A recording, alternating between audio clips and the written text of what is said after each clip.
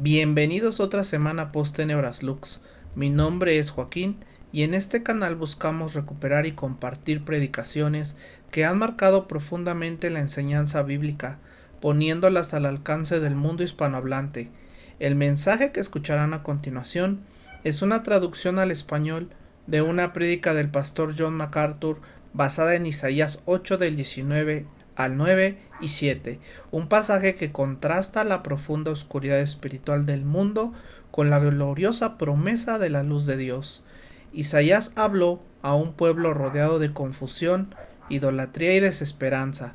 Sin embargo, en medio de ese panorama oscuro, anunció una esperanza extraordinaria, el nacimiento de un Salvador, un niño que no sería un niño común, sino el admirable consejero, Dios fuerte, Padre eterno y príncipe de paz.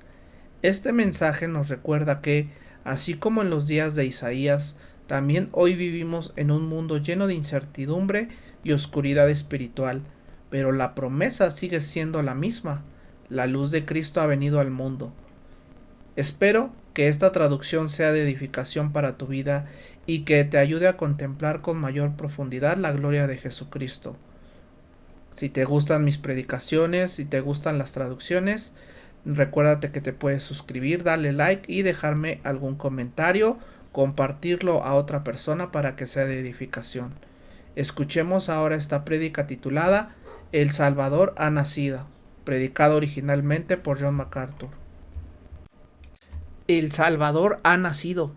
Isaías 8 del 19 al 9 y 7. 19 de diciembre de 1971.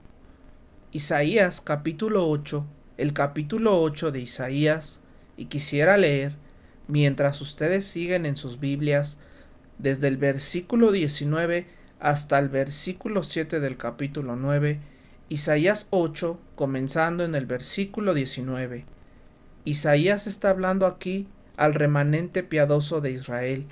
En el versículo 19 leemos: Y si os dijeren, consultad a los médiums y a los adivinos que susurran y murmuran, ¿no consultará el pueblo a su Dios? ¿Acaso consultará a los muertos por los vivos? A la ley y al testimonio. Si no hablan conforme a esta palabra, es porque no hay luz en ellos. Y pasarán por la tierra fatigados y hambrientos, y acontecerá que teniendo hambre se enojarán, y maldecirán a su rey y a su Dios, mirando hacia arriba, luego mirarán hacia la tierra, y he aquí angustia y tinieblas, oscuridad de aflicción, y serán arrojados a densas tinieblas. Pero no habrá siempre oscuridad para la que ahora está angustiada. Tal como en el pasado, él afligió levemente la tierra de Zabulón y la tierra de Neftalí, después la afligirá más gravemente por el camino del mar al otro lado del Jordán, en Galilea de las naciones. El pueblo que andaba en tinieblas vio una gran luz. Los que habitaban en tierra de sombra de muerte, sobre ellos resplandeció la luz. Multiplicaste la nación y aumentaste su alegría. Se alegran delante de ti como se alegran en la siega, como se gozan los hombres cuando reparten el botín. Porque tú quebraste el yugo de su carga, la vara de su hombro y el cetro de su opresor, como en el día de Madián. Porque toda batalla del guerrero es con estruendo y con vestiduras empapadas en sangre. Pero esto será quemado, será combustible para el fuego, porque un niño nos es nacido, hijo nos es dado, y el gobierno estará sobre su hombro, y su nombre será llamado Admirable Consejero, Dios poderoso, Padre eterno, Príncipe de paz. Lo dilatado de su imperio y la paz no tendrán fin sobre el trono de David y sobre su reino, para ordenarlo y afirmarlo con justicia y con rectitud, desde ahora y para siempre. El celo del Señor de los ejércitos hará esto. Inclinemos ahora nuestros rostros en oración. Padre, te damos gracias nuevamente al haber escuchado el canto que glorifica a nuestro Salvador nacido, dado por Dios para redimir a los hombres. Cuánto nos regocijamos, Nos regocijamos no solamente porque Jesucristo nació en Belén, sino porque también ha nacido en nosotros. Señor, te damos gracias por esto y ahora te pedimos que, al mirar tu palabra, nuestras mentes y nuestros corazones estén abiertos para ver cosas que nunca antes habíamos visto, para que el Espíritu Santo nos enseñe a vivir como nunca antes hemos vivido. Damos a Cristo toda la alabanza y toda la gloria. Amén. Les invito a abrir su Biblia en el capítulo 8 de Isaías. Isaías capítulo 8 y también el capítulo 9 describen para nosotros quizá la profecía más clásica acerca de la venida de Jesucristo. Y cuando uno se detiene a considerar un mensaje de Navidad, hay muchas maneras distintas de abordarlo, pero sentí que quizá valdría la pena examinar la perspectiva de un profeta del Antiguo Testamento acerca del nacimiento del Mesías, Cristo el Salvador del mundo. Cuando comencé a observar los versículos 6 y 7 del capítulo 9, que describen la venida de este niño, me interesé por lo que venía antes, o más bien, lo que precedía a esos versículos, y comencé a estudiar cuidadosamente los capítulos anteriores, y encontré un paralelo muy interesante con nuestro propio tiempo, el tiempo en que Isaías pronunció su mensaje acerca de la venida del Mesías, del nacimiento del Salvador. Era muy parecido al nuestro, y la luz que surgió de la oscuridad en los días de Isaías es la misma luz que hoy anunciamos a un mundo en tinieblas. De hecho, Isaías bien podría haber sido un predicador del siglo XX, si consideramos lo que indican estos versículos que vamos a examinar. Ahora, a manera de introducción, permítanme decir esto. Celebramos la Navidad y el nacimiento de Cristo en un ambiente de cierta alegría y festividad, pero cuando uno realmente observa el mundo, no hay mucho de qué alegrarse, e incluso cuando uno mira lo que sucede en Navidad, encuentro que cada año termino más y más disgustado. Las cosas que veo a mi alrededor, la obsesión por el dinero, el egoísmo y la autoindulgencia, muchas veces hechas incluso en el nombre de Jesucristo, hacen cualquier cosa menos darle gloria a Él. De hecho, al analizar la Navidad de este año, ha llegado a la conclusión de que en muchos casos Jesús se ha convertido en la burla de la Navidad. El mundo, ordenado por el diablo y controlado por demonios, se están burlando de Jesús. En Superstar, Jesús aparece como una tragedia patética que pierde el control de su situación y termina crucificado. En Godspell es presentado como un payaso juguetón con nariz roja y una camiseta de Superman. En tiendas de herramientas como ferreterías, el nuevo truco comercial son focos con el filamento formado, la frase Jesús salva, una novedad navideña, una blasfemia sarcástica. En las tiendas departamentales en las que he estado se anuncian y se venden camisetas y sudaderas de Jesucristo con caricaturas de su rostro dibujadas en ellas. Y el punto del mundo es evidente. Satanás no es tonto. Si puede convertir a Jesús en una moda, entonces cuando la moda pase, el verdadero Jesús también desaparecerá para la gente. Un fabricante de ropa interior incluso está anunciando calzoncillos tipo jockey para hombres con el nombre de Jesucristo y ropa interior tipo bikini para mujeres con el mismo tema. Hasta los fabricantes de relojes se han subido a esta ola y el último anuncio de radio dice algo así: Hola niños, soy yo Jesús, miren lo que llevo en la muñeca. Es un reloj con una imagen mía a 5 colores en la carátula, y las manecillas están unidas a mi corazón rojo. Jesús se ha convertido en una moda, y las modas pasan, y no pienses que el diablo no lo sabe.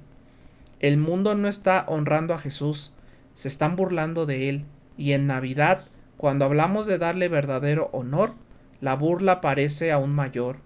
La hipocresía se vuelve más evidente, y el pecado de rechazarlo resulta todavía más blasfemo, y la necesidad del verdadero Jesús aquí, en la América del siglo XX, es tan grande como lo fue en los días de Isaías, tan grande como lo ha sido en toda la historia de la humanidad. La oscuridad del corazón del hombre no ha cambiado ni un poco.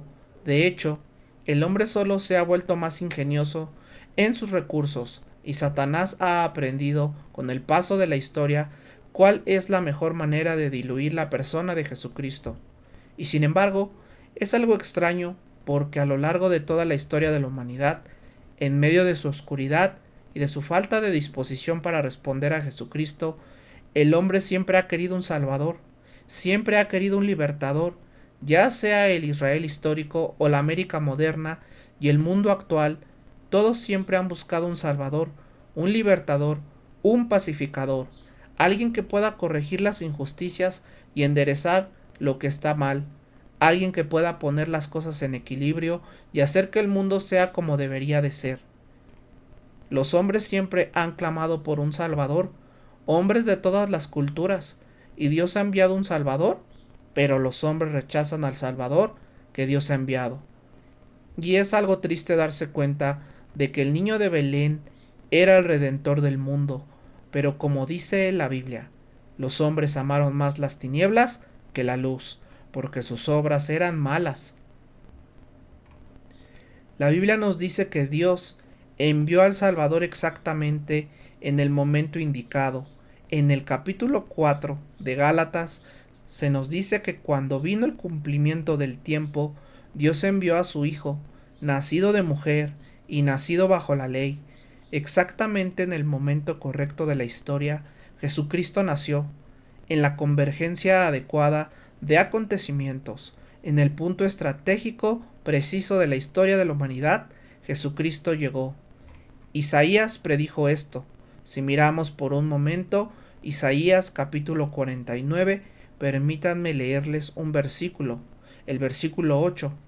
Así dice el Señor: en tiempo favorable te he oído, y en el día de salvación te he ayudado. Te guardaré y te daré por pacto al pueblo para restaurar la tierra y repartir las heredades desoladas. Aquí dice que en un tiempo aceptable el Señor actuará a favor de Israel. Dios enviará al libertador, y en efecto, Dios envió a ese libertador en el tiempo señalado. Y Pablo retoma esto en 2 de Corintios capítulo 6 versículo 2, cuando dice: porque dice, en tiempo aceptable te he oído, y en el día de salvación te he socorrido. He aquí ahora el tiempo aceptable, he aquí ahora el día de salvación. Allí está citando Isaías 49 y aplicándolo al presente. Isaías dijo que algún día, en el momento correcto, Dios enviaría un Salvador, y desde que ese Salvador vino, siempre ha sido el momento correcto para recibirlo y reconocerlo. El Mesías, Cristo, el Salvador del mundo, ha estado disponible para los hombres cada momento de cada día desde que llegó hace 2000 años, y sin embargo los hombres continúan rechazándolo, continúan negándose a recibirlo. No hay razón para esperar. La evidencia es enorme para comprobar quién es Él, y en lugar de recibirlo, los hombres se burlan de Él y toman ese único día del año que está destinado a celebrar su venida al mundo y lo convierten en una especie de materialismo vulgar y enfermizo, haciendo de Jesús la burla de la Navidad. Pero no ven, amigos, que es precisamente en un mundo oscuro y enfermo como este donde el anuncio de Jesucristo debe proclamarse continuamente y con fidelidad, aunque el mundo no lo reciba. Sabemos que Juan nos dijo que Jesucristo estaba en el mundo y el mundo por él fue hecho, pero el mundo no le conoció. A lo suyo vino y los suyos no le recibieron. Y sin embargo, para aquellos pocos que sí lo recibieron, la promesa de Dios sigue siendo verdadera. Ahora, al volver a Isaías, tengan en mente las ideas que he mencionado brevemente, porque vamos a retomarlas al examinar esta profecía. Se trata del mismo tipo de mundo oscuro, es el mismo tipo de mundo que se burla de Dios, como el mundo en que vivimos hoy, y a ese mundo Isaías le promete, por inspiración del Espíritu Santo, que viene un gran Redentor. En esta profecía, que comienza en Isaías 8:19 y se extiende hasta 9:7, vemos 4 aspectos que Isaías señala acerca de la venida de ese Redentor. Primero vemos la escena patética, que encaja perfectamente con nuestro tiempo. Luego vemos la salvación prometida, el Salvador perfecto y el soberano de paz. Primero veamos esa escena patética que existía en los días de Isaías y tratemos de encontrar algunos paralelos con nuestro tiempo y con el mensaje de Cristo para nuestro mundo. Esta escena aparece en los versículos 19 al 22. El pasaje es muy importante porque nos da el trasfondo de la profecía de Isaías, es decir, ¿por qué Isaías se detuvo para dar esta profecía? ¿Qué estaba pasando en Israel que provocó esto? La respuesta es que había tanta oscuridad y tanto pecado que se hacía necesario anunciar la venida de un Mesías, Redentor, por causa del remanente fiel que aún estaba allí.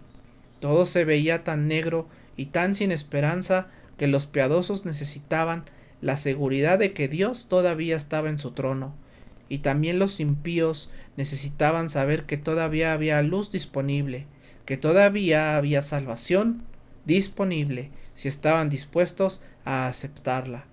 Así que vemos una escena patética de pecado, que se parece mucho al tiempo en que Jesús vino y también al tiempo en que nosotros vivimos.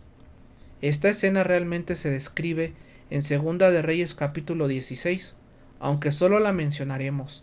Ese es el contexto sobre el cual Isaías basa su profecía. El rey era Acaz y era malvado, por decirlo menos, estaba corrompido hasta la médula, había introducido la idolatría a Israel, introdujo la adoración al dios Moloc, que era el dios brutal de los amonitas.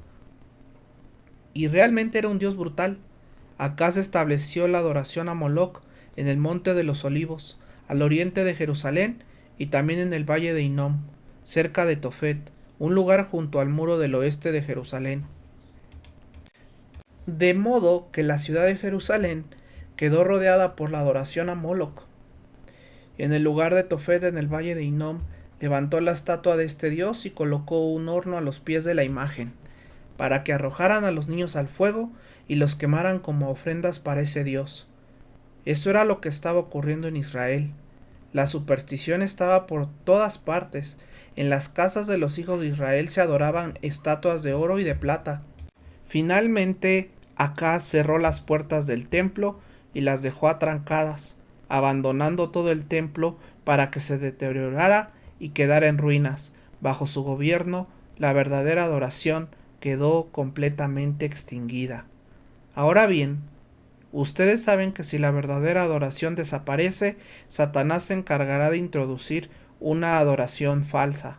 Y naturalmente eso fue exactamente lo que ocurrió. Así que Isaías entró en esa escena, advirtió a Acaz, lo reprendió, le ofreció señales, lo amenazó y lo exhortó a volverse a Dios, pero Acaz nunca quiso escuchar, continuó por el mismo camino y llevó al pueblo por ese mismo rumbo. Y lo que resultó de todo esto es algo muy alarmante, porque es exactamente un paralelo con nuestro tiempo. Lo que surgió fue la adoración a demonios, a espíritus malignos. Permítanme señalarles un par de cosas antes de entrar directamente al versículo 19 para mostrárselas. ¿Sabían que la idolatría, escuchen bien esto, es adorar a demonios? ¿Lo sabían? Es adoración a demonios. Cuando alguien adora un ídolo, no se trata solo de inclinarse ante un objeto pequeño, sea de piedra, de oro, de plata o de madera. Cuando un hombre o una mujer se entrega a adorar a un dios falso, un demonio se apodera de ese falso dios y, en realidad, la persona está adorando a ese demonio. ¿Qué es lo que atrapa a las personas en la adoración falsa y las mantiene allí?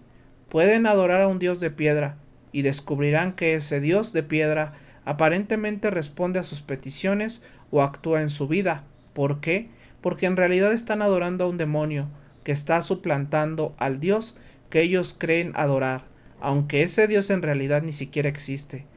Cuando una persona adora a un ídolo, en realidad está adorando demonios, ángeles caídos, y por eso quedan atrapados, porque esos ángeles caídos realmente pueden actuar en sus vidas, pueden ver cosas extrañas y aparentemente sobrenaturales como resultado de adorar a un dios de piedra, Y no es muy diferente hoy en día. En nuestro mundo vemos una inquietante obsesión con la adoración a demonios, con espíritus malignos, con médiums adivinos y toda esa clase de cosas.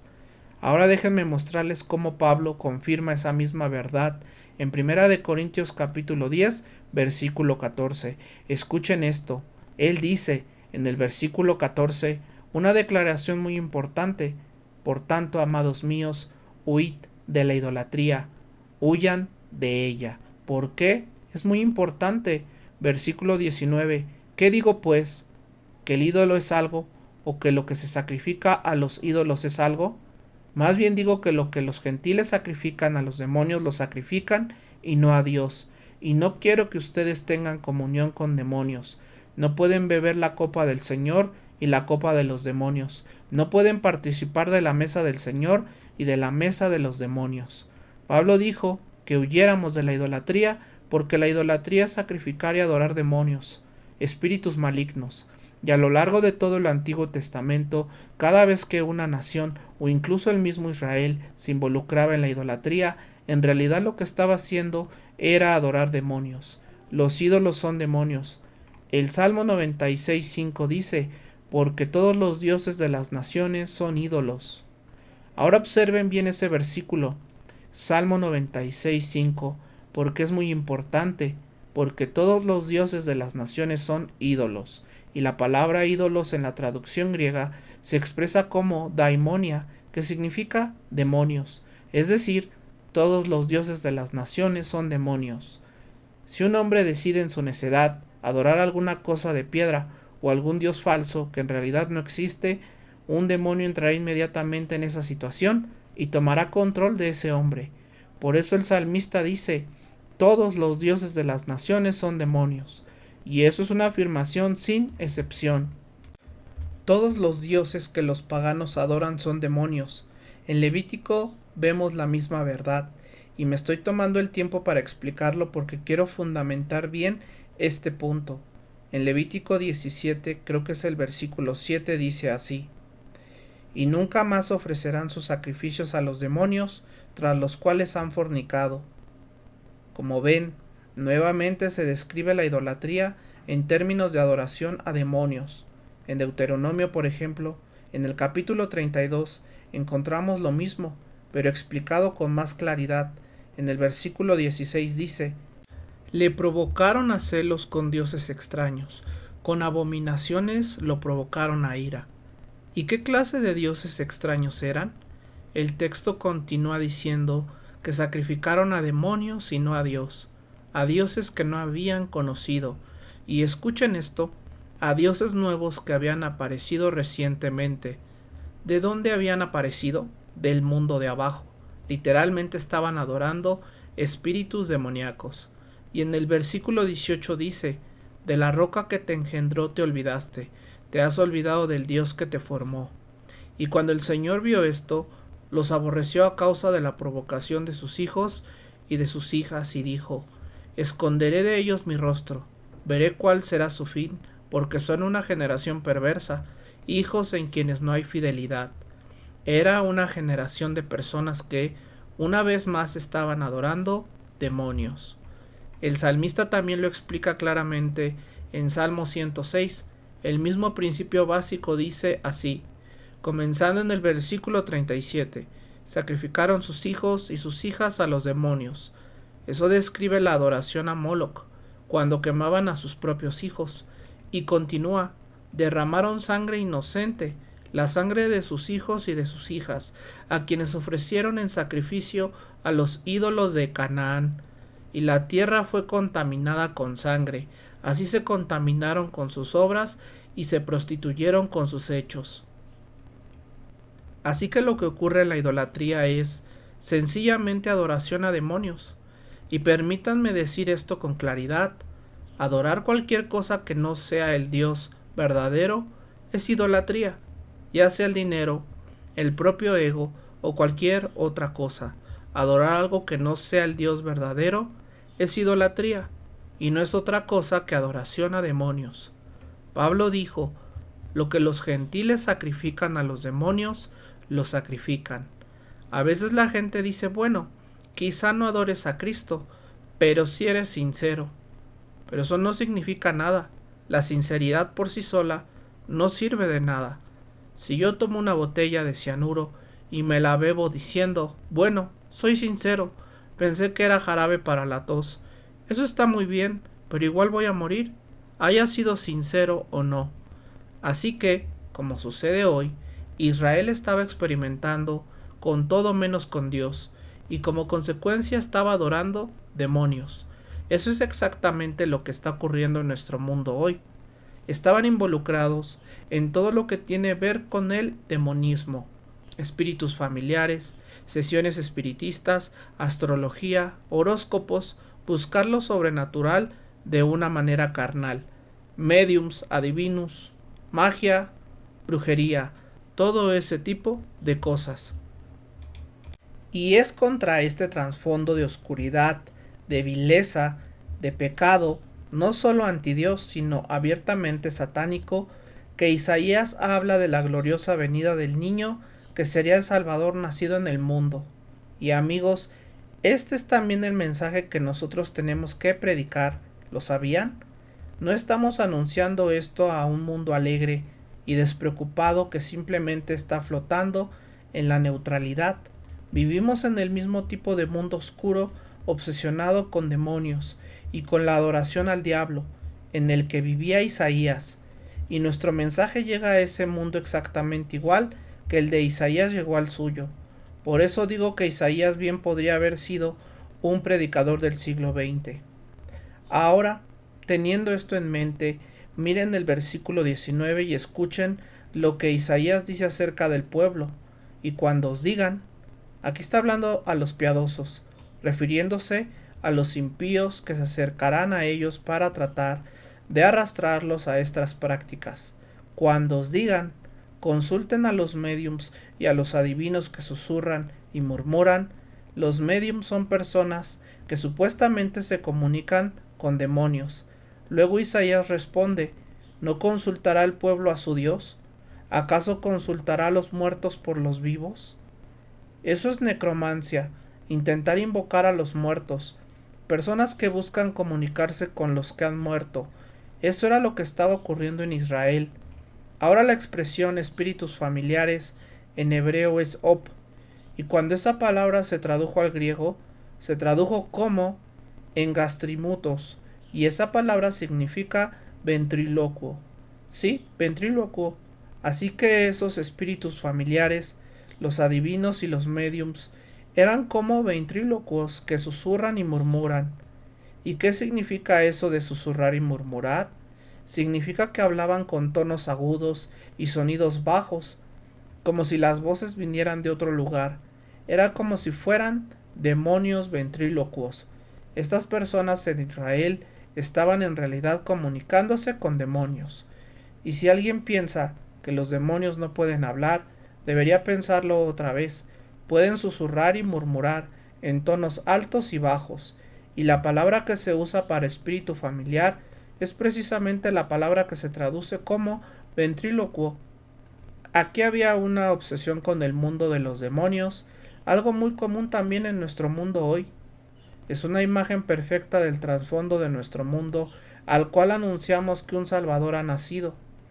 A veces los cristianos pueden desanimarse y deprimirse por todo lo que está ocurriendo en el mundo, y el anuncio del Salvador llega a nosotros como una seguridad, pero también llega a quienes no conocen a Jesucristo como una respuesta al dolor de su corazón, a la trampa en la que Satanás los ha llevado. En nuestro mundo hoy, el reino de las tinieblas está expandiéndose. Un aumento impresionante en el crimen, la lujuria, el engaño, la depravación moral, el suicidio, la guerra, la homosexualidad, el miedo, el ateísmo, las enfermedades, los trastornos psicóticos, las enfermedades mentales, la opresión demoníaca, la posesión, la adicción a las drogas, el alcohol y todo lo demás. Todo esto junto con el espiritismo y el ocultismo. Incluso una figura tan conocida como el obispo Pike llegó a televisar una sesión espiritista intentando supuestamente contactar a su hijo muerto, quien se había suicidado, y el medium a través del cual intentó hacerlo fue Arthur Ford, quien curiosamente era ministro de la Disciples of Christ. Este mismo año se han sugerido como regalos ideales de Navidad para niños y adultos juegos ocultistas como la Ouija, clarividentes, horóscopo, Mystic Eye, Cábala, Vudú, etc. Y seguramente los han visto en las tiendas de juguetes. Existe una obsesión en nuestro mundo con estas cosas oscuras porque los hombres viven en tinieblas. Y hay una razón por la que los hombres están en tinieblas, y la encontramos en el versículo 20. Obsérvenlo. Comienza casi como si fuera una exclamación de ánimo. La primera frase, en el hebreo original, suena como una especie de grito. Viva la ley y el testimonio. Es como decir, hurra por la ley y el testimonio. ¿Qué pasa con el entusiasmo por la ley de Dios? ¿Por la verdad de Dios? El problema es que el pueblo se metió en todo este desastre porque abandonó la verdad de Dios. Ya no están diciendo eso. El versículo 20 dice: a la ley y al testimonio, si no hablan conforme a esta palabra, es decir, si no viven sosteniendo la ley de Dios y el testimonio de Dios, esa es la razón por la que terminaron en todo este problema. A la ley y al testimonio, si no hablan conforme a esta palabra, es porque no hay luz en ellos. Si un hombre no reconoce la verdad de la palabra de Dios, entonces está en tinieblas y se convierte en una presa fácil para Satanás. ¿Y qué le sucede a la gente que vive en esta situación? Miren el versículo 21, y nuevamente es un paralelo perfecto con nuestro tiempo. Y pasarán por la tierra angustiados y hambrientos. Probablemente se refiere a pasar por la vida misma. Estarán angustiados y hambrientos. ¿No es esto una imagen de desesperación? ¿Qué ocurre cuando una persona simplemente elimina a Dios de su vida? Cuando borra la ley de Dios y el testimonio de Dios, cuando quita la revelación divina, ¿qué queda? Desesperación. ¿A dónde puede acudir entonces? ¿Qué puede darle sentido a su vida? Él dice: pasarán muy angustiados y hambrientos, y sucederá que cuando tengan hambre se irritarán y maldecirán a su rey y a su Dios, y mirarán hacia arriba. ¿Ven? Eso es lo primero que hacen los hombres. Han rechazado al Salvador de Dios. Han rechazado la salvación de Dios, así que están en completa desesperación y, en lugar de recibir la salvación de Dios, miran hacia arriba y maldicen a Dios. Ahora, ¿qué ha pasado en nuestro tiempo? Cuando Estados Unidos fue fundado, fue establecido sobre principios bíblicos, pero con el tiempo comenzó a seguir su propio camino. Nos volvimos obsesivos con nosotros mismos, y poco a poco simplemente decidimos eliminar a Dios. Hace algunos años incluso se hizo un gran anuncio en la revista Time diciendo que Dios había muerto, como si Dios hubiera dejado de existir. Dios ya no está presente según ellos. En los últimos años hemos mirado hacia arriba para maldecir a Dios, y ahora también estamos involucrados en maldecir a nuestros líderes. Eso también forma parte de nuestro escenario. Maldicen a quienes están sobre ellos. Hemos maldecido a Dios, hemos quitado a Dios de nuestra sociedad, y lo único que queda es desesperación total y absoluta. Una de las canciones más populares de nuestro tiempo en la lista del top 10 se llama American Pie, cantada por Don McLean. Es una canción llena de desesperación. Es un comentario triste, enfermizo y trágico sobre la situación de Estados Unidos hoy. En la canción dice algo como: todo ha salido mal, y luego dice: fui a una iglesia buscando consuelo, pero el Padre, el Hijo y el Espíritu Santo tomaron el último tren hacia la costa. Así que decide que lo único que queda es quitarse la vida, y dice: manejo mi Chevy hasta el dique, pero incluso el dique estaba seco. Eso es un comentario sobre lo que sucede con los hombres cuando eliminan a Dios, y eso es exactamente lo que ha ocurrido. Eso mismo había sucedido en Israel.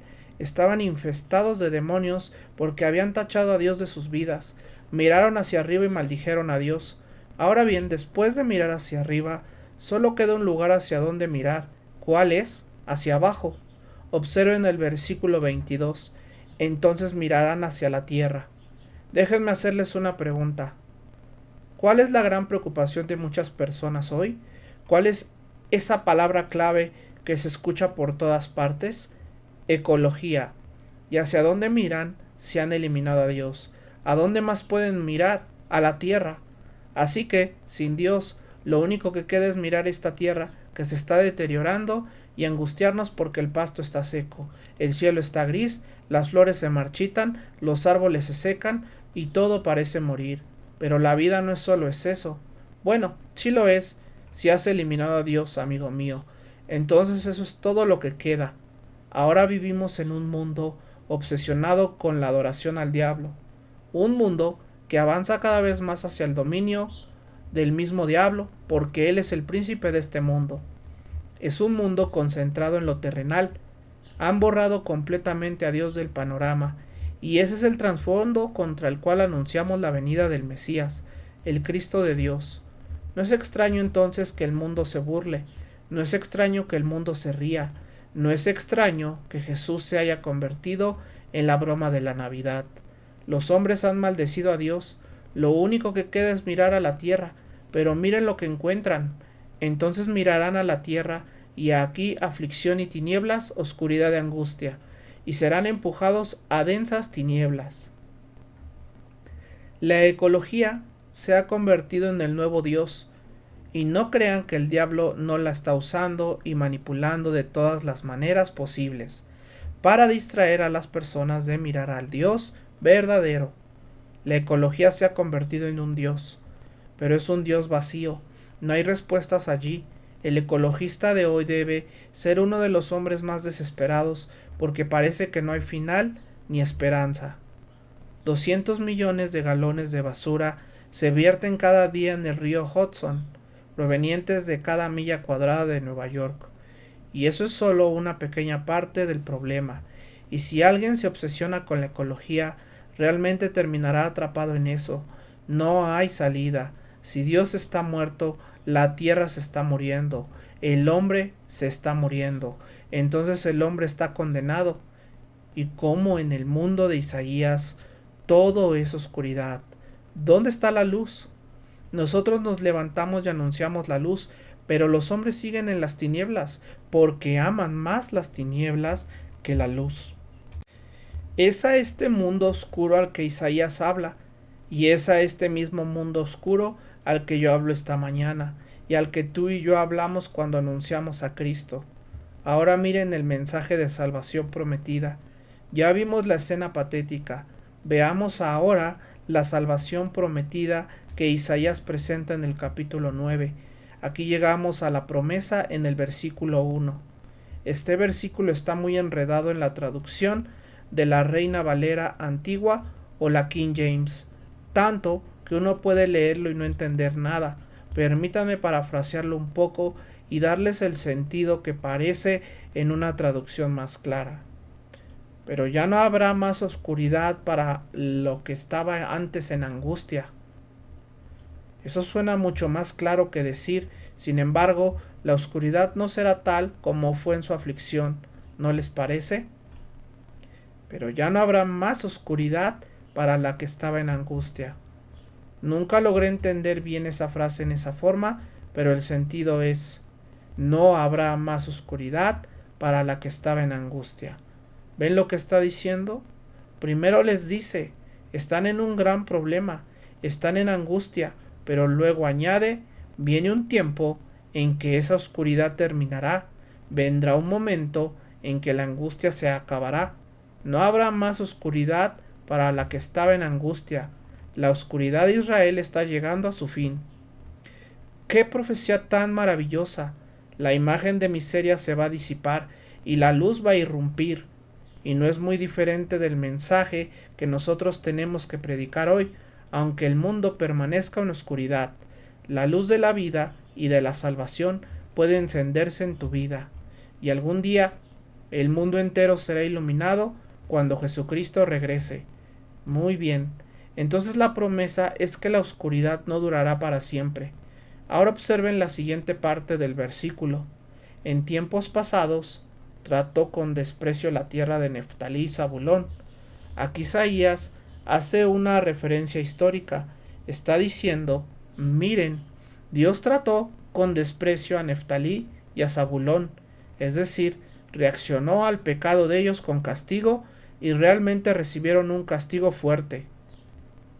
Tiglat-Pileser, el rey de Asiria, poco antes de esta profecía, había invadido y prácticamente devastado toda esa región. Y, por cierto, esa zona hoy se conoce como la Galilea Alta y la Galilea Baja. El área alrededor del mar de Galilea, Zabulón y Neftalí estaban allí. Isaías está señalando un lugar muy específico en Israel por una razón muy precisa. Esta es una profecía impresionante y quiero que vean lo que significa. Entonces Isaías dice que en ese lugar Dios había traído castigo a causa del pecado, y el Espíritu Santo señala ese pequeño territorio, esa pequeña región de Galilea en todo el mundo. ¿Por qué? Porque en ese pequeño lugar de Galilea es donde va a surgir la luz, es allí donde va a amanecer. Ahora observen el resto del versículo, pero después, en el futuro, la hará gloriosa. ¿A qué lugar hará glorioso? A ese pequeño lugar junto al camino del mar, al otro lado del Jordán, en Galilea de los gentiles. Esa es simplemente otra manera de describir la región de Zabulón y Neftalí. Vean lo que está diciendo Isaías. El panorama es oscuro y trágico, pero Dios va a intervenir y la salvación vendrá. Y aunque antes Dios había tratado con desprecio a esa región por causa de su pecado, ahora va a traer gloria a ese mismo lugar. Tal vez alguien podría preguntar, ¿por qué no elegir Jerusalén? ¿Por qué elegir Galilea para hacer un anuncio tan grande? Bueno, primero porque Galilea acababa de sufrir un gran juicio y se había convertido en un ejemplo claro de la ira de Dios. Y por contraste, ese mismo lugar también se convertiría en un gran ejemplo de la misericordia de Dios. Galilea había sido completamente devastada. De hecho, los enemigos se habían burlado de la masacre de Galilea porque había sido total. Y unos 200 años antes también había sido arrasada en otra ocasión. Así que era un ejemplo clásico de cómo Dios permite que otras naciones castiguen cuando su pueblo vive en pecado. Pero Isaías la usa como ilustración. Pero hay algo más que solo eso. Esto es un ejemplo perfecto de cómo la ira de Dios también puede terminar produciendo misericordia. Dios está diciendo que en la región de Galilea, junto al pequeño mar de Galilea, ese pequeño lago conocido también como Tiberíades, allí comenzará la gran obra de salvación. El rey vendrá a Galilea. Y esta es una profecía sorprendente porque nadie habría imaginado que el Mesías aparecería en Galilea. Galilea era considerada el lugar más insignificante de todos. Incluso hoy, aunque parezca extraño, hay muy pocos asentamientos alrededor del mar de Galilea. Hay algunos kibbutz y pequeñas poblaciones como Cana y Nazaret, además de una considerable población árabe, pero el pueblo judío realmente no se ha establecido masivamente alrededor del mar de Galilea. Hay algunos pequeños lugares allí, pero en realidad podría ser una región muy poblada, y sin embargo no lo es. ¿Por qué? Porque Galilea siempre ha tenido una especie de mala reputación, por decirlo así, ¿saben? Y la razón de esa mala fama aparece al final del versículo 1. Allí incluso se le llama Galilea de las naciones o Galilea de los gentiles. Verán, Galilea era una provincia fronteriza muy cerca del territorio de los gentiles y por eso estaba poblada por muchos grupos no judíos. Debido a esto, los judíos siempre despreciaron Galilea. De hecho, cuando Jesús apareció en la escena pública, había pasado más de 30 años de su vida en Galilea, tal como lo había predicho Isaías. Cumplió esa profecía literalmente, y cuando finalmente llegó a Jerusalén, muchos reaccionaron con escepticismo. ¿Acaso puede salir algo bueno de ese lugar? Decían, este hombre viene de Galilea, ¿No dice el profeta que el Mesías debe de venir de Belén? Lo que no sabían era que se había nacido en Belén y después se había trasladado a Galilea. Así se cumplían dos profecías al mismo tiempo, la de Miqueas, que anunciaba que el Mesías nacería en Belén, y la de Isaías, que indicaba que su ministerio surgiría desde Galilea. Ahora bien, creo que Dios escogió Galilea como ese lugar especial para mostrar algo muy importante. Primero, que la promesa de salvación no dependía de una institución religiosa, ni estaba necesariamente ligada al culto del templo. Lo que estaba comenzando era una nueva era. Jesucristo venía al mundo para formar un nuevo pueblo y establecer un nuevo templo, no hecho de piedra, sino hecho de personas vivas.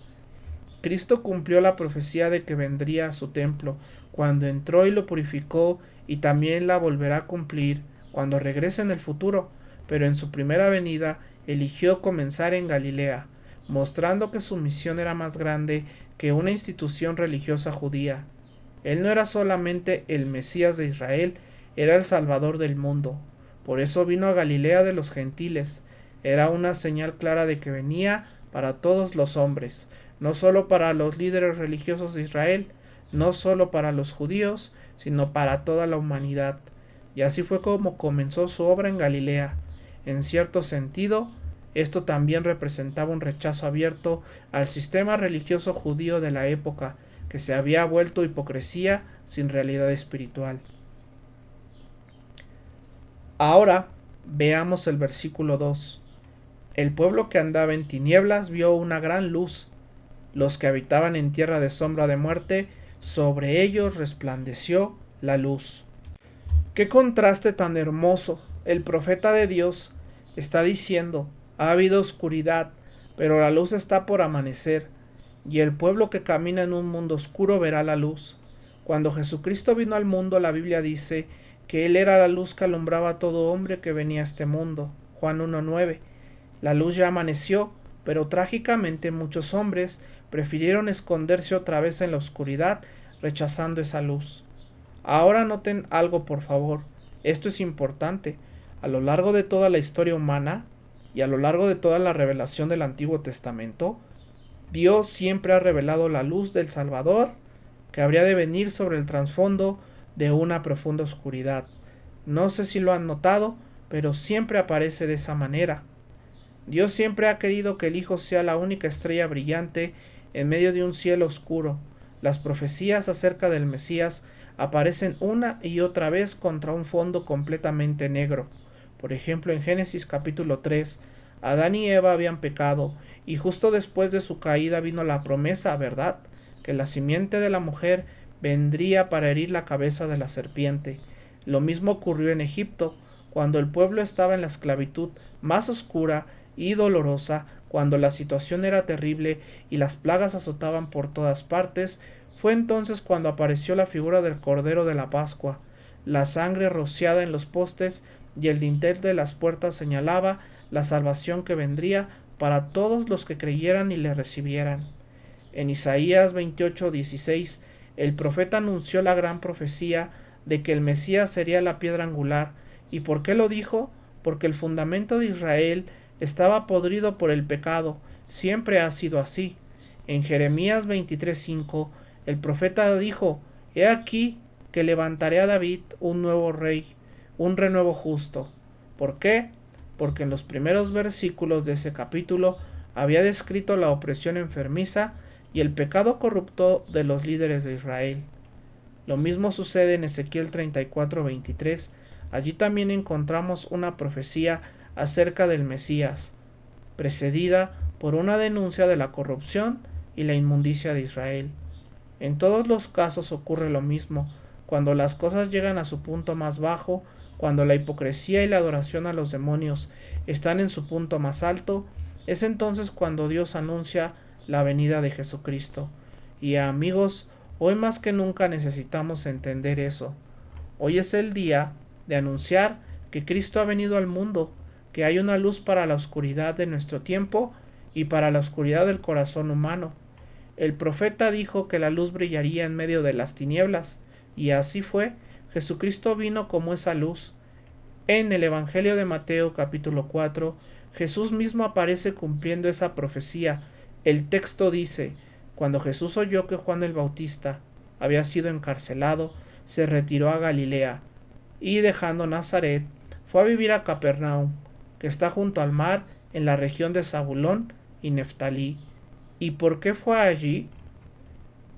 Para que se cumpliera lo dicho por el profeta Isaías: tierra de Zabulón y tierra de Neftalí, camino del mar al otro lado del Jordán, Galilea de los gentiles. El pueblo que estaba sentado en tinieblas vio una gran luz, y a los que habitaban en región de sombra de muerte les resplandeció la luz. Jesucristo ejerció su ministerio en Galilea, cumpliendo directamente la profecía de Isaías, y Galilea era un lugar oscuro. Nuestro mundo también está en oscuridad hoy, pero la luz ya ha amanecido, y ahora nos corresponde a ti y a mí llevar esa luz a un mundo en tinieblas, esperando que las personas respondan. Luego, en los versículos 3 al 5, que no vamos a analizar con detalle, Isaías presenta el reino mesiánico, el rey que viene finalmente a establecer un reino. Ahora bien, ustedes saben que cuando el Mesías vino, cuando Cristo llegó, lo rechazaron, y por eso el reino fue pospuesto. Él vino diciendo: arrepiéntanse, porque el reino de los cielos está cerca. Pero como rechazaron al rey, perdieron el reino, y por eso quedó aplazado. Lean los versículos 3, 4 y 5, porque hablan del reino que vendrá. Solo los leeré sin comentarios. Tú multiplicaste la nación y aumentaste su alegría. Se alegrarán delante de ti como se alegran en la cosecha, como se regocijan los que reparten el botín, porque tú quebraste su pesado yugo, la vara que hería sus hombros y el cetro de su opresor, como en el día de Madián, porque toda bota del guerrero en el estruendo de la batalla y todo manto empapado en sangre serán quemados, serán combustible para el fuego. El reino viene, habrá gozo, victoria y el fin de todas las guerras, paz. El reino del Mesías que Israel rechazó en ese momento, pero que todavía vendrá cuando Él regrese. Yo lo llamo la Navidad 2. Solo que cuando llegue esa segunda Navidad, el mundo no tendrá oportunidad de opinar ni de celebrar a su manera. Ahora, al llegar a los versículos 6 y 7, encontramos la grandeza única del Mesías, el Salvador del mundo. Es un pasaje muy conocido, así que no quiero extenderme demasiado. Veamos al Salvador perfecto. Ya vimos la escena triste del mundo, vimos la salvación prometida, ahora veamos al Salvador que vino y que hoy anunciamos al mundo en tinieblas.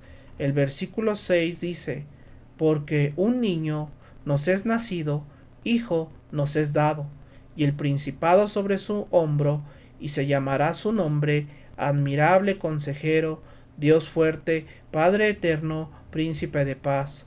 ¿No son títulos sorprendentes para un bebé? Aquí está el Rey, aquí está el Salvador perfecto.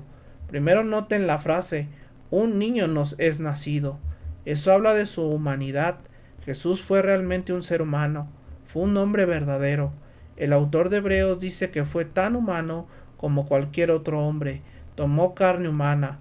Pablo de Tarso escribió en Filipenses capítulo 2 que se humilló y fue hallado en forma de hombre, y Hebreos dice que fue tentado en todo como nosotros, pero sin pecado, porque fue humano y sintió lo que nosotros sentimos, y sufrió donde nosotros sufrimos. Puede ayudarnos y compadecerse de nosotros. Es un sumo sacerdote fiel y compasivo. Tenía que ser hombre, porque tenía que morir en lugar del hombre, cargar con el pecado del hombre y sentir el dolor del hombre. Pero no era solo hombre. Noten la segunda frase: hijo nos es dado. No dice nacido, sino dado. ¿Dado por quién? Por Dios. Aquí vemos su divinidad. No solo era hombre, también era Dios. Dios en forma humana. Tenía que ser hombre para cargar con el pecado humano, pero también tenía que ser Dios para vencer el pecado y la muerte. En Isaías 7:14, Isaías profetizó esto: por tanto, el Señor mismo les dará señal. He aquí que la Virgen concebirá y dará a luz un hijo, y llamará su nombre Emmanuel. Emmanuel significa Dios con nosotros. ¿Quién es entonces Jesucristo? Dios con nosotros, Dios en forma humana. De Él, Dios dijo: este es mi Hijo amado. Este no era un niño común, es el Hijo de Dios nacido de una virgen, concebido por el Espíritu Santo. Él es la luz en medio de la oscuridad, es la esperanza que rompe la desesperación. Este niño nacido, este Hijo dado, es el perfecto de Dios, es la única esperanza para nuestro mundo oscuro. Pero muchos no saben realmente quién es el niño de Belén. Él es la promesa de los siglos, el Santo de Israel, el deseado de las naciones, el Rey de paz, la luz en medio de la oscuridad de la historia, el cumplimiento de la esperanza del ser humano, el Salvador perfecto, ese niño del que muchos se burlan, del que se ríen, al que le rinden un homenaje hipócrita, al que mantienen en un pesebre y usan como un truco para hacer dinero. Ese niño es el Hijo de Dios. Sus perfecciones se ven en sus nombres y ustedes los conocen. Mírenlos. Primero, admirable consejero. Esas dos palabras van juntas. Un consejero maravilloso. Hoy la gente busca sabiduría, busca respuestas, busca el sentido de la vida, busca soluciones para sus problemas. Van con psicólogos, psiquiatras, analistas, consejeros. Leen libros, intentan de todo, incluso buscan cosas espirituales oscuras, y aún así no encuentran ayuda. Pero la palabra de Dios dice: ¿buscas un consejero maravilloso? Te ofrezco a Jesucristo, el Hijo de Dios, el consejero perfecto. Como Dios, Él lo sabe todo. ¿No te gustaría tener un consejero que lo supiera todo? Pues lo tienes. Él sabe todo acerca de ti, sabe todas las necesidades de tu corazón, sabe cómo responder a esas necesidades, sabe qué es lo mejor para ti, sabe cómo resolver tus problemas. Él te da consejo sabio, no es como Satanás, no miente ni juega juegos psicológicos, te dice la verdad directa. Él sabe exactamente lo que necesitas. Jesucristo es un consejero verdaderamente maravilloso. Pero no se trata solo de eso. Tener un consejero fiel es algo hermoso, alguien que nunca te abandona, que nunca te deja solo, que está contigo todo el tiempo aconsejándote en cada momento de tu vida. Pero además de consejo, también necesitas poder. Y eso lo vemos en el segundo nombre, Dios fuerte. Él no solo te dice qué hacer, también te da el poder para hacerlo. Eso es impresionante. Muchas veces en la consejería pasa algo curioso. La gente llega y dice: aquí está mi problema. Ya hablan de su problema. Entonces uno les explica cuál sería la solución y salen de ahí y nunca hacen lo que se les dijo. Si pienso en todas las personas a las que he aconsejado, puedo contar con una sola mano las que realmente hicieron lo que se les sugirió. La mayoría de la gente no quiere cambiar, lo que quiere es que le digas que está bien y lo que ya decidió hacer. Pero con Cristo no es así. Él no solo te muestra el camino, también te da la fuerza para caminar por él. ¡Qué Salvador tan extraordinario! El consejo humano llega hasta cierto punto, se detiene cuando falta el poder, y ahí entra el Dios fuerte. Él no solo nos aconseja, tiene poder divino para actuar a nuestro favor, poder de resurrección, poder creador. Este niño que nació, este hijo que nos fue dado, el regalo indescriptible de Dios, viene para manifestar ese poder. Tiene poder para vencer el pecado, derrotar a Satanás, vencer la muerte, rescatar a las personas del infierno, sanar, resucitar muertos, responder oraciones. Y algún día regresará manifestando plenamente su poder. Tiene poder para redimir al ser humano, someter la tierra y todos sus reinos, y reinar como Rey de Reyes y Señor de Señores. Es poder por encima de todo poder, y todo ese poder se mueve a favor de nosotros, de quienes lo amamos y lo conocemos. Así que, en medio de un mundo oscuro y de corazones oscurecidos, un mundo sin Dios, anunciamos que hay un Salvador, hay un niño que nació, no simplemente un bebé en la portada de una tarjeta navideña, no solo un recurso comercial, sino el Hijo vivo de Dios, un consejero fiel y admirable, y el Dios poderoso. La tercera cosa que se dice de él, y esto es hermoso, es que es el Padre eterno. En el hebreo la expresión significa literalmente Padre de la eternidad. Él es tan hijo como Padre, un niño dentro del tiempo, pero en la eternidad es el Padre. Es un niño en la historia, pero el Padre de lo que no tiene tiempo. Jesucristo es lo que origina la eternidad. Sí, suena profundo, pero así es. Él es quien da origen a la vida eterna para todos los que creen. Ese es el punto principal de lo que Isaías está diciendo. Para ti y para mí, si lo amamos y lo recibimos, Él es la fuente de la vida eterna. Todo aquel que cree en Él no se perderá, sino que tendrá vida eterna. Este no es un niño cualquiera, tiene la eternidad en sus manos. De eternidad a eternidad, Él es Dios. Ese niño tierno, ese bebé humilde, es el Padre de la eternidad. La cuarta cosa, príncipe de paz. Su reino es un reino de paz. Vino a traer paz de tres maneras. Uno, paz entre los hombres y Dios. Cuando vienes a Cristo, la guerra termina, la rebelión se acaba, estás en paz con Dios. Romanos 5. 2. Paz dentro del corazón, una paz interior, un descanso profundo. Cuando dice Filipenses 4, una paz que sobrepasa todo entendimiento. 3. Paz futura para el mundo. Un día Él regresará para establecer un reino de paz, donde reinará como príncipe y rey. El apóstol Pablo dice en Efesios 2:14, Él es nuestra paz. Y piénsalo bien, esto es exactamente lo que la humanidad busca. La gente quiere sabiduría y dirección, quiere poder para vencer sus problemas, quiere vida eterna, saber que hay algo más allá de la muerte, quiere paz en el corazón. No es casualidad que los hombres de Cristo respondan a todos esos anhelos. Él es el deseo de las naciones. Es el admirable consejero que necesitas en cada prueba de la vida. Es el Dios fuerte, que puede sacarte de cualquier situación y convertirla en victoria. Es el Padre de la eternidad que te da vida eterna. Es el príncipe de paz que pone paz en tu corazón. Te reconcilia con Dios y te llevará a reinar con Él en su reino de paz. Es ese el niño. Ese es el bebé de Belén, el Salvador perfecto. Y por último, el versículo 7 lo presenta como el soberano de paz. De hecho, el versículo 6 ya lo anticipa cuando dice, el gobierno estará sobre sus hombros. Eso no habla solo del gobierno de tu vida personal, sino del gobierno del mundo entero. Es el reino final del Mesías, del crecimiento de su gobierno y de la paz. No habrá fin. Un reino eterno de paz, sobre el trono de David. Él tiene el derecho de gobernar. Es el heredero de David y sobre su reino lo establecerá y lo afirmará con justicia y rectitud desde ahora y para siempre. El celo del Señor de los ejércitos hará que esto se cumpla. La gente siempre pregunta, ¿cuándo se va a arreglar este mundo? ¿Cuándo se hará justicia como debe ser? ¿Cuándo recibiremos lo que es justo?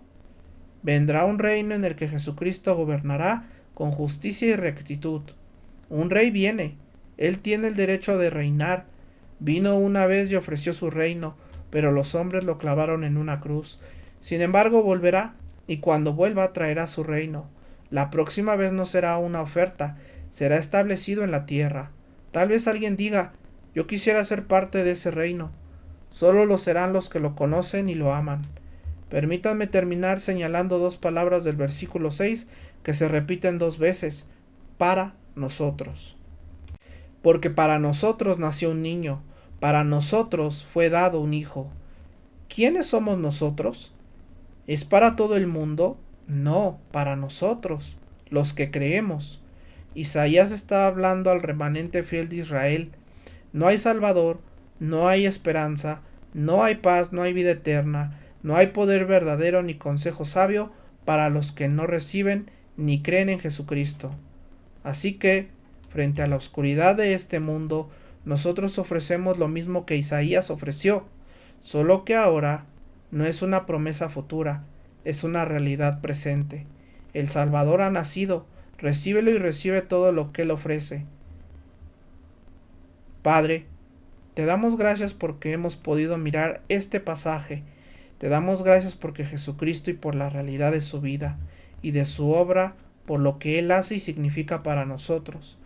Padre, reconocemos que Él cumple las profecías del Antiguo Testamento y que responde a la hambre y a la desesperación del corazón humano.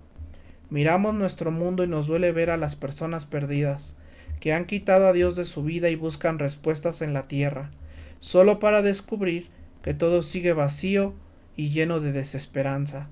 Padre, en medio de esta oscuridad, ayúdanos a presentar la luz gloriosa de Jesucristo, y que haya algunos aquí y allá escogidos por ti, que lleguen a conocer a Jesucristo plenamente, que salgan de la oscuridad de este mundo y entren en tu reino de luz. Al terminar, háblanos, Padre, para que cada uno responda. Primero, si alguno no conoce a Cristo, que hoy lo reciba como Salvador. Y segundo, si ya lo conocemos, que renovemos nuestro compromiso de compartir a Cristo con el mundo oscuro que nos rodea. En el nombre de Jesús oramos. Amén. Al llegar al final de esta prédica, el mensaje de Isaías sigue resonando con la misma fuerza que hace siglos. En medio de la oscuridad, Dios hizo brillar una luz. El mundo al que Isaías habló estaba lleno de confusión, idolatría y desesperanza. Y si somos honestos, nuestro mundo no es muy diferente. Las personas siguen buscando respuestas, paz y sentido en muchos lugares, pero la verdadera respuesta ya fue dada. Un niño nos es nacido, un hijo nos es dado. Ese niño es Jesucristo, el admirable consejero, el Dios fuerte y el Padre eterno, y el príncipe de paz. Él es la única esperanza real para un mundo en tinieblas.